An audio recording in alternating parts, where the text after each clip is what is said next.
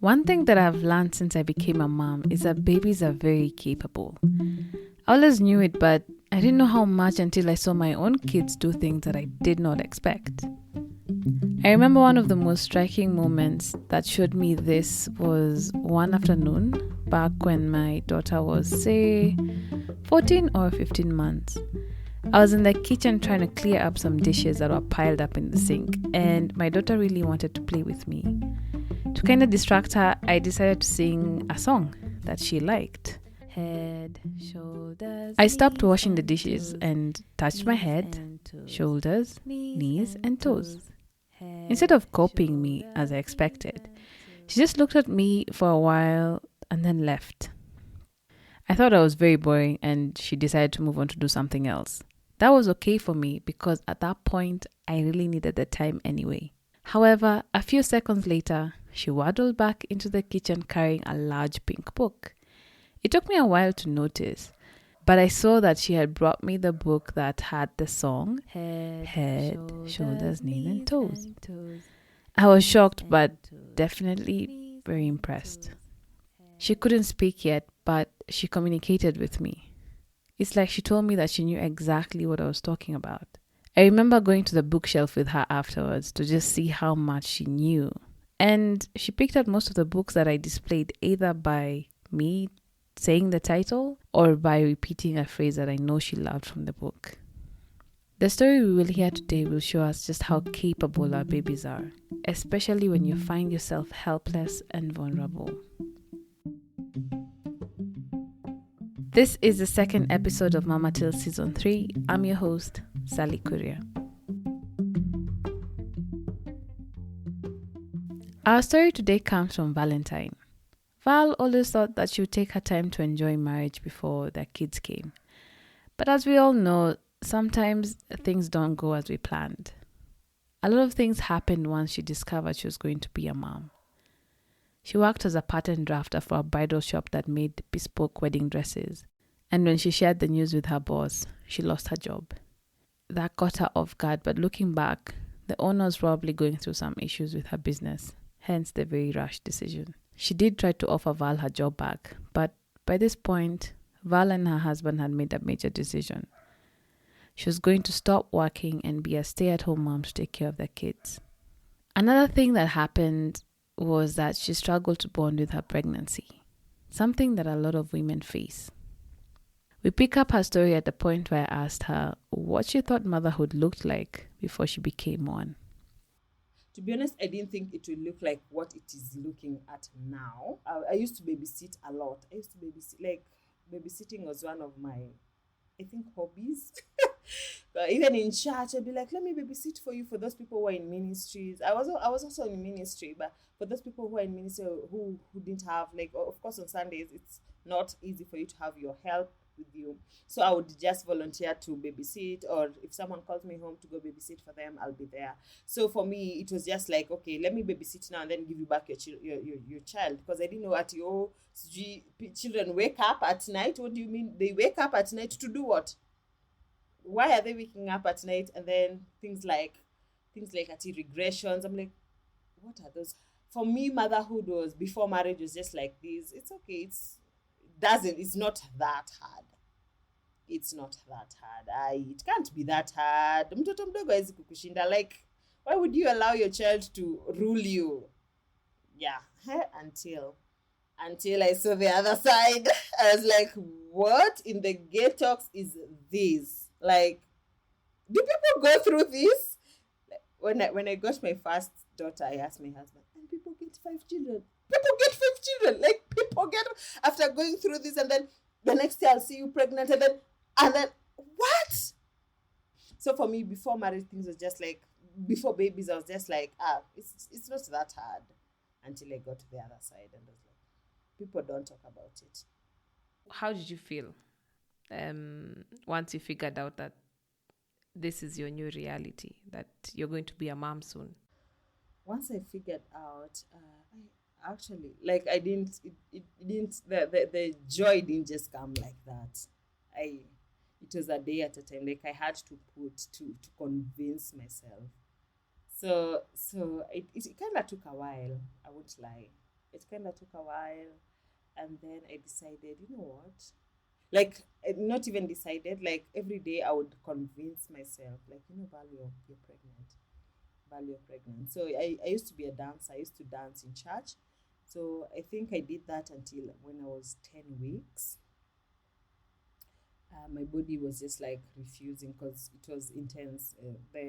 The practice and then now the actual thing on Sunday. So my body just refused. And then my plan was to just not tell people until I don't know why, not at least because miscarriage can happen or no.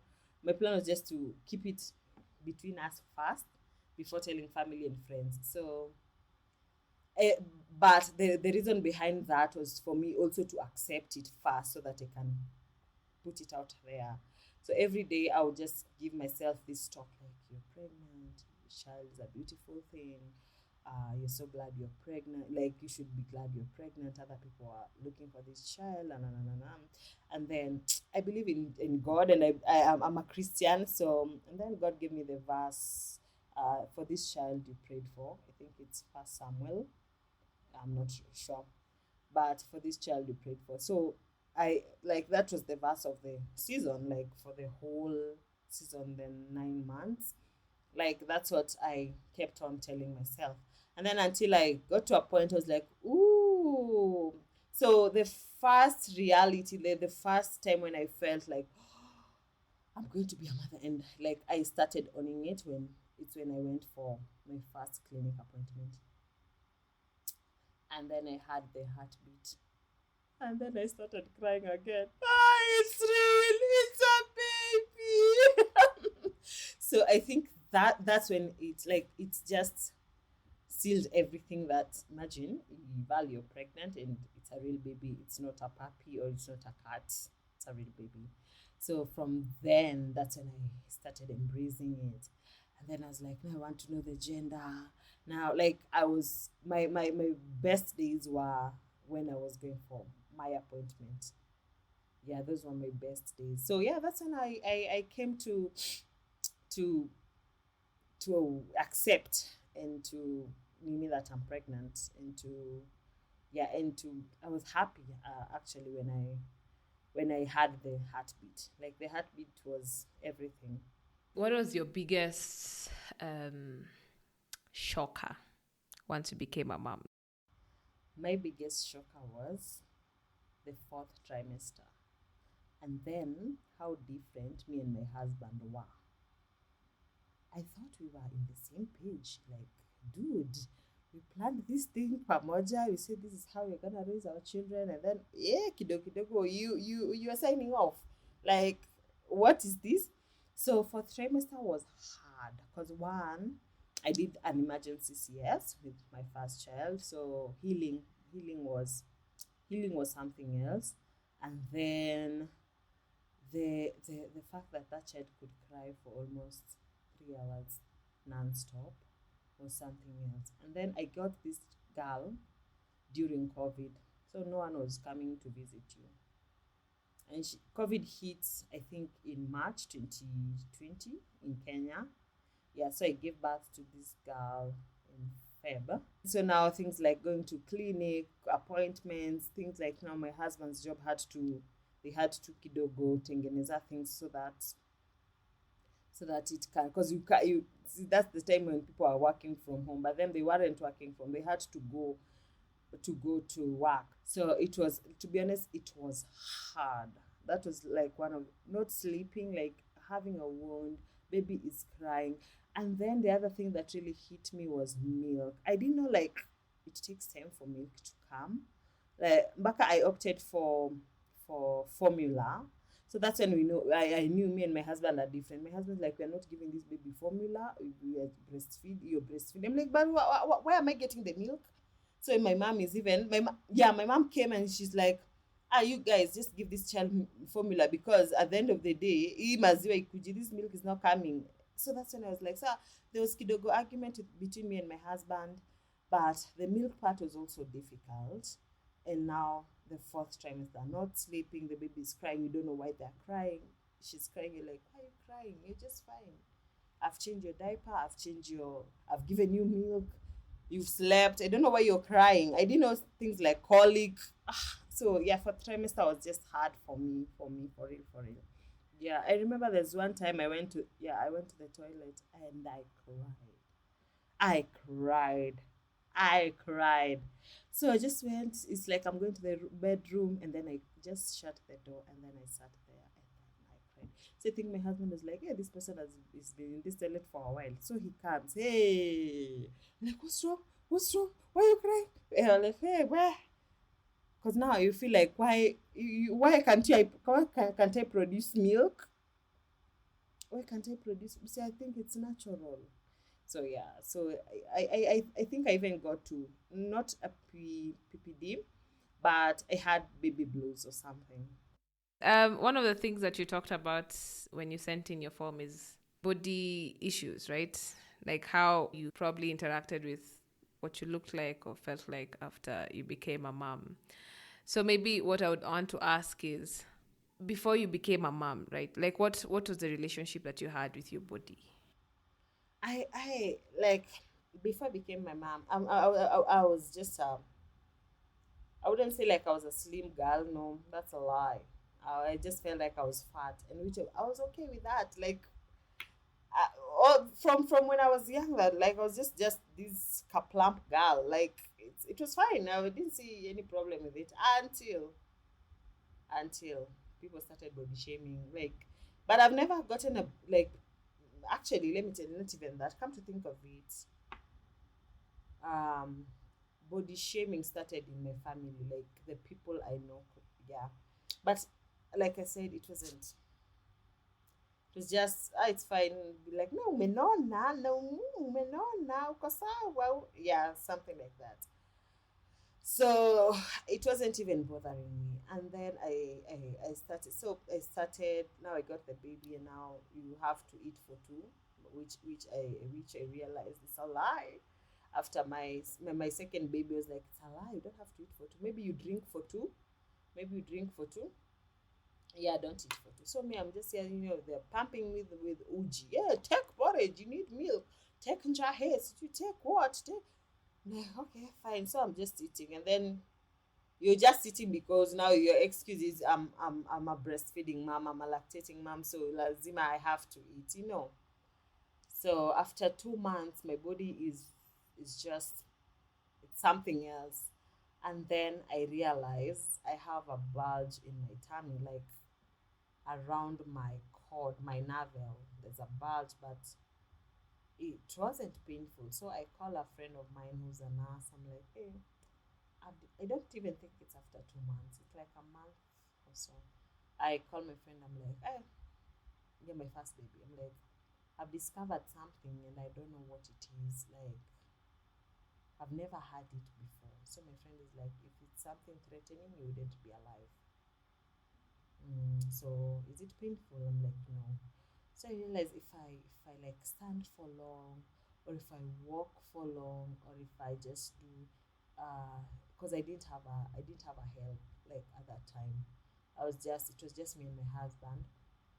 And so if maybe I stand for long doing dishes, it will bulge, and then I would feel pressure. It wasn't painful like pressure. So I would sit down and be like, okay, I don't know what it is. So I just, of course, I fear hospital. So I don't even want to go and be told, oh, you have Sijui what? Oh, you have Sijui life threatening. I'm like, let me just observe it. And I observed it for a while. I really observed it for a while. Yeah, so well, so it's just like I'll just manage it because now it's not painful. It's just pressure. So I realize if I do this and if I do that, if I do this, if I do that, then I don't feel it. So I knew what to do and not what not to do. So I lived with that thing for 2 years. No, 3 years. Almost 3 years. So later on, like when my was it when I was pregnant with the second child or before, that's when I knew it was hernia. So I went to Pinterest. I typed ways to what is it called, to nini hernia, to live with hernia, something like, yeah. So there's this whole paragraph of how what you're supposed to do and what you and if you feel the pain, you're supposed to do as well. So I was like, fine. So when I got pregnant, and then now, the more my bump was growing, the more it was growing. So I'm like, so when I went for the clinic appointment, I asked the person, and he's like, you can correct it, but there's no need of correcting it because what happens? Because it can correct itself. So I'm like, please explain to me what a hernia is. So he explains to me, it's like it's a muscle that has ruptured, and then so your matumbos, they want to go through that route, but now that's why you're feeling it's, yeah, it's such an interest. But he didn't give me a full story, so I'm like, okay, fine. So I Google, I research on it. I'm like, okay, fine. Second trimester, this thing started. Now this is my second pregnancy, so I've lived with it. I feel pressure. I lie down the way I'm supposed to lie down, and then when I wake up, it's gone. So second trimester, this thing started being painful, like pain. It's like someone is stabbing you from the inside, like this, like a sharp pain. Now not from one side, like this is where it is. It's coming from this side, this side, this side, and then they're all coming together. So this thing is painful. I can't even sit. I can't even. I'm just screaming. Even screaming is not like I'm just like it was. It's painful more than even labor pains. That's not how I can say it, because I've gone through my labor pains. Now I know. So it was painful. The only thing I could do is just go to a point. I used to stare. I don't have energy to even scream, because maybe the more I scream, the more the pain. So I'm just like, let me just keep quiet, like that. It was that painful. So we went to my gynecologist OB, and it's like it can be corrected, but it won't be corrected when what happens when you give birth, because there are two different places. Yes, it's not a compounded surgery, and his reason was, I don't want to leave you with two scars, like two wounds. Like there's a wound over there, you need to. Let's finish first this other one, and then we can work on this other one. So, and he's like, I'm not, even if I was to operate on you, I wouldn't be the ideal surgeon, because there are other surgeons who do that. That's not, because me, I'm just I'm just this other surgeon. So it made sense at that point. I was like, okay, fine, let's just wait. So every time it's painful, but I thought I knew pain until I gave birth. So I thought that was painful. Hey, shock on me. So when I gave birth to my second child, uh, first month it was fine. Second month, this thing started. Yani, it was painful. Like painful for you can't even breathe. You can't even breathe. You can't even the staring now. So you can't. There's nothing you can do for the pain to come down. Like, and it will go like that for almost 40 minutes. I have a toddler and a newborn and a scar that hasn't healed. Describe one of those days that were just too bad. So the one that made me, the one that was like, you know what, I am going for this thing. I'm going to be, yeah. So this time I'm just alone with her. I used to have a day bag who comes thrice a week. So she'll come clean, and also if I need to leave the kids with her, I would tell her in advance. So come on, maybe on Friday, you just stay with the kids. You don't have to do anything. So this time I was alone. I remember it was on a Wednesday. So this Wednesday, what happens? I am just okay. I'm from a call, a long call. Then after I'm done calling, we're done. I'm done with the phone with my friend. This pain comes. Like it comes pole pole. It's not. It's not in a hurry. It just comes. Like I can feel. I'm like, hiya, there it goes. It's coming. It's coming. So I'm like, okay, fine. What do? I lie down. So I think I've gone through that until my daughter has, the first time it happened, my husband brought my breast milk, the frozen milk, and then he told me, just put it on there, put it on the where you're feeling pain. Yeah, and it's lifted. So I think my daughter has been seeing that. So my husband brought the water and the milk, and then he's like, drink this water and put it there, and then that day it's lifted. So I'm fine. So this time I'm all alone with two children, and now the pain comes. Say lie down. Then my little girl was just lying on the couch.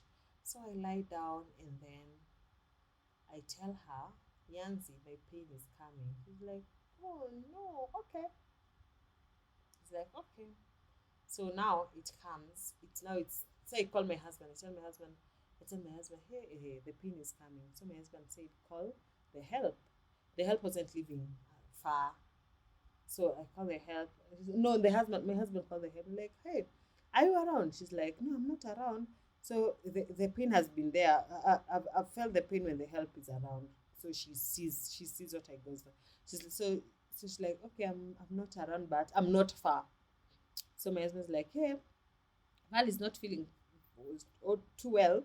Can you? Is it something that you can just leave and then go see as I plan to leave the office and come attend to her. She's like, oh, fine, fine, let me come. And to be honest, she came. Like, so, but before she came, because she said she was a bit far. So before she came, the pain has gone. Like, the pain has. So what happens? My daughter disappears, kidogo time. Like, she disappears, she goes to the kitchen. I don't know if it was in the bedroom. Now I'm in pain. I'm not even wondering what she's doing. You know that when toddlers are quiet, there's something they are doing that is not right. So I'm like, whatever she's doing, let her do it. I mean, I don't like. So I'm here. So what is she doing? She has gone to the freezer. Mind you, I have a deep freezer. She has taken her chair, climbed the chair. She's gone to the deep freezer.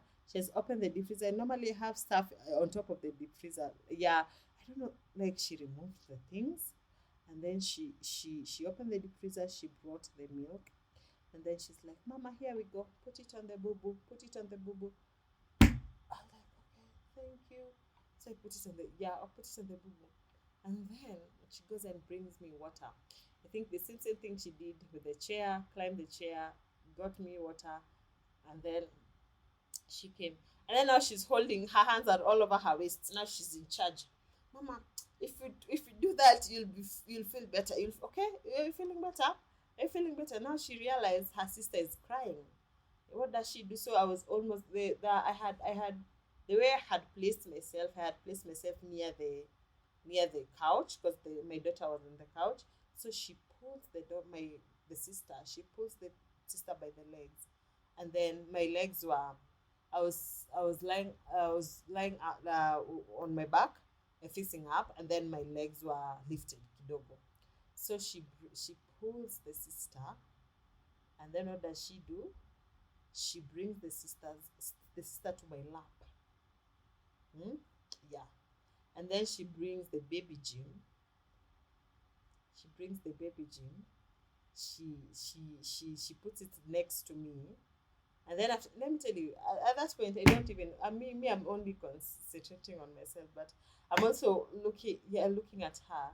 And then after she has pulled the sister to my lap, she pulls her to the baby Jim, and then puts her strategically how I can be able to feed her. Then she notices I'm not able to feed her. What does she do? She go gets her pacifier. Hmm? She gets her pacifier and put it on her mouth, and she's like, don't worry, Harvey. Mama is in pain, but she'll be better. Just take the pacifier for now. Let me tell you. I cried. I cried. No, not because of pain. I'm like, what? I'm like, is this pain making you grow too fast? Like, how? Because she wasn't even 3. So the baby stops crying, and then all of a sudden now when the baby stops crying, she has the pacifier in her mouth. My help comes in. When my help comes in, now the pain is not. It's quite manageable. So I'm able to now turn. The whole time I wasn't, so I managed to turn, and then now I can feed the baby. Yeah, so I explained to my help what happened. She's like, what? What? By the time my husband comes, the pain has gone. The pain used to take like 30 to 40 minutes. The pain has gone, but I'm like, I don't want to feel that pain again, because now I'm scared because I was with the children. What if I was cooking and then that pain comes? What would I have done? Hmm?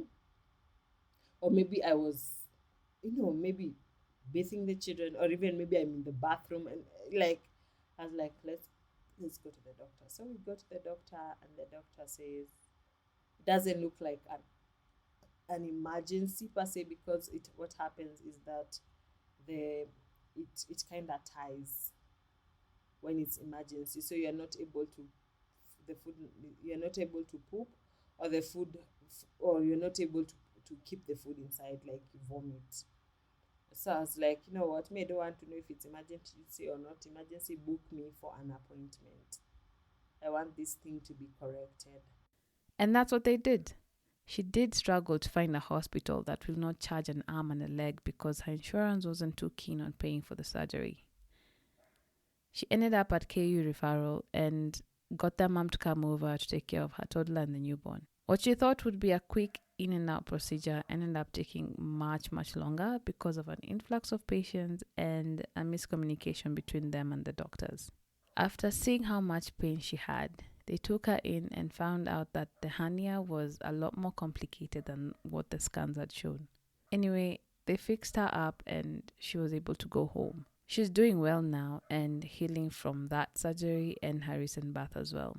She has definitely learned how to accept help and take things slow. I finished off her interview by asking her what she learned about herself since she became a mom and if she was interested in going back to work.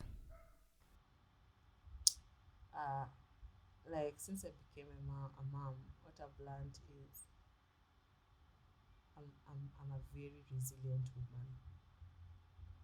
Like, and then another thing is, I think I was made for it. Like, I was created to be a mom. Like, I enjoy it. Once I got the meaning of it, I grasped it.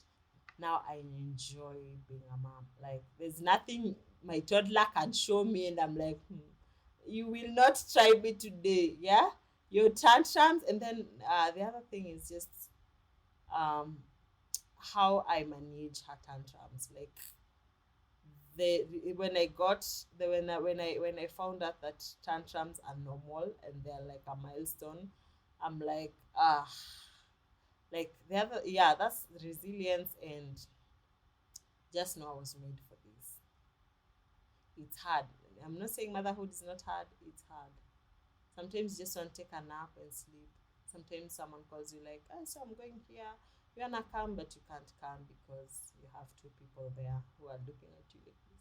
Enemy, you're going with me. Enemy, you. The other one is just looking at you and smiling. Yeah, I'm open to that, to the idea of that situation changing, because as much as I'm a stay-at-home mom, I have a side hustle aside. Like what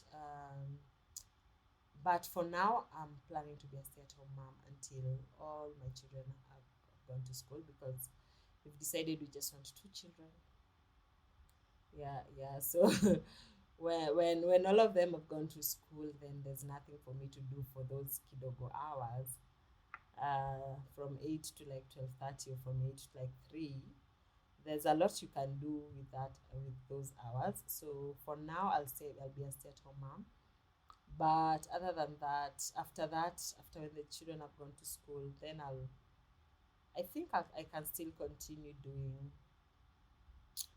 my job. Like, I loved pattern drafting, and even, yeah, I really love doing that. So I wish Kenyans had the way, like, you can do pattern drafting and at home, and just someone sends you the measurements and all that. You just do pattern drafting. You cut the dresses and then you send them away. Like, you don't have to go to the office, or you don't have to. Yeah. At the end of the day, the reason why I'm a stay at home mom I want my children to look back and say, my mom was always there for me. Yeah, my mom was always there for me. That's one of the things I would really love. Even though they don't say it, they won't say it. Maybe they won't say it on my face. Maybe they tell. Like I want to create a space for my children where they can. You see the way sometimes in college you feel like, "Ah, I just want to go. Like I just want to go somewhere and I'm so tired." I want my children to feel like they'd be like, I just want to go home and relax. Like I want to create a space, like a home where they just come home. They feel like home is a safe space. Yeah.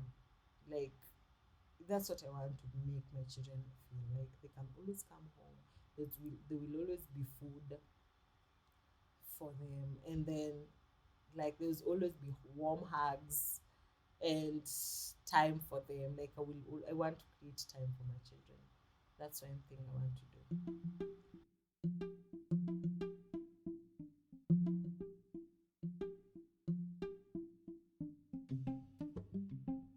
Valentine Kiambi lives in Nairobi, Kenya, together with her husband, and she is a stay at home mom of 2 girls, a 3-year-old toddler, and a 5-month-old baby girl.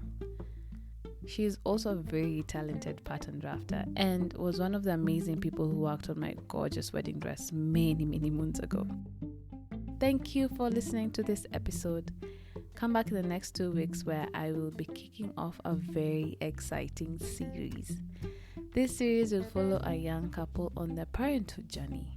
We will start off the first episode by learning a little bit more about them and how they're preparing themselves for the birth of their first child. If you would like to share your story on the podcast, just let me know by filling out the form on our website on mamatillspodcast.com or on the link in the show notes of this episode. If you're listening to this podcast on Spotify, why not take some time to answer the little Q&A that is there or a poll? I'm not sure which one I'll use yet, but I think it's a really great feature to have and it will allow me to get direct feedback from you. Make sure to follow me wherever you listen to this podcast as well as on Instagram. This will help you keep up with the community and also be in the know just in case I have some exciting announcements. All right, see you in 2 weeks.